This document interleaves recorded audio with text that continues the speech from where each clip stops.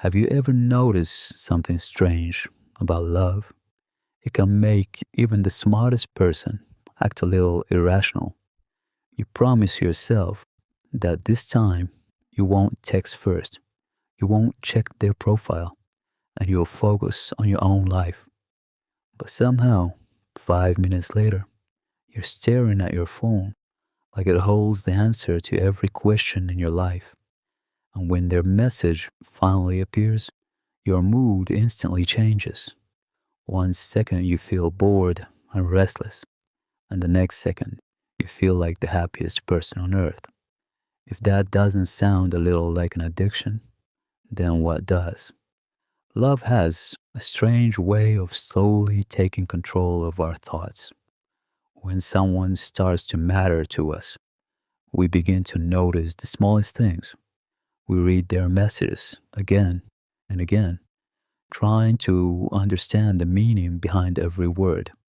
If they write okay instead of okay, we suddenly become detectives, wondering if something is wrong. Our brain keeps replaying conversations, imagining future ones, and creating stories that might not even be real. It's funny how love can turn an ordinary person into a full time overthinker without them even realizing it.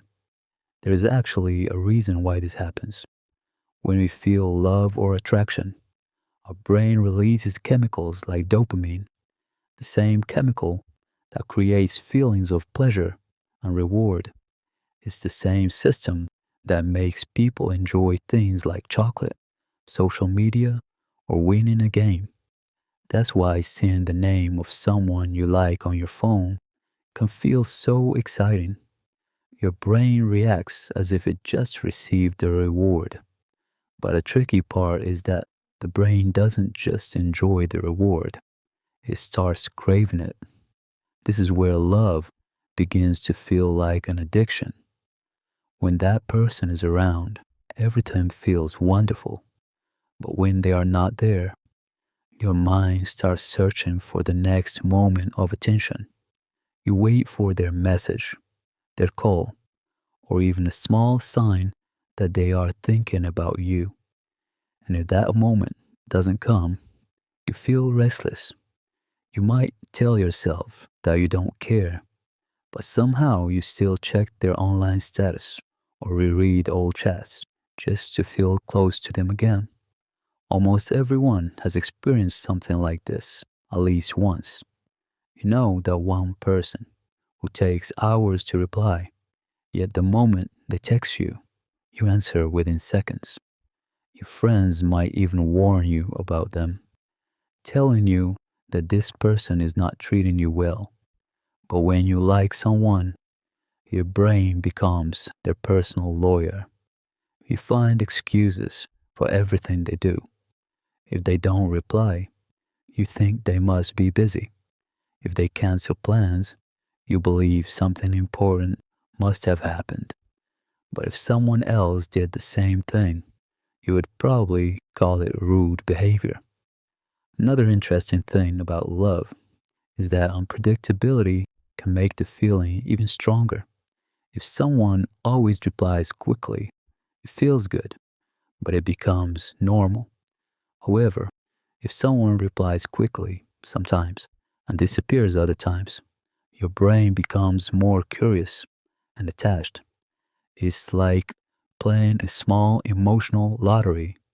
You keep waiting for the next response, hoping this time they will give you attention.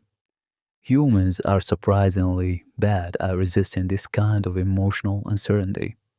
But here is something many people realize later in life. Love itself is not the real addiction. The real addiction is the feeling of validation, the feeling that someone notices you, values you, and chooses you. When we don't feel that strongly within ourselves, we start searching for it in another person.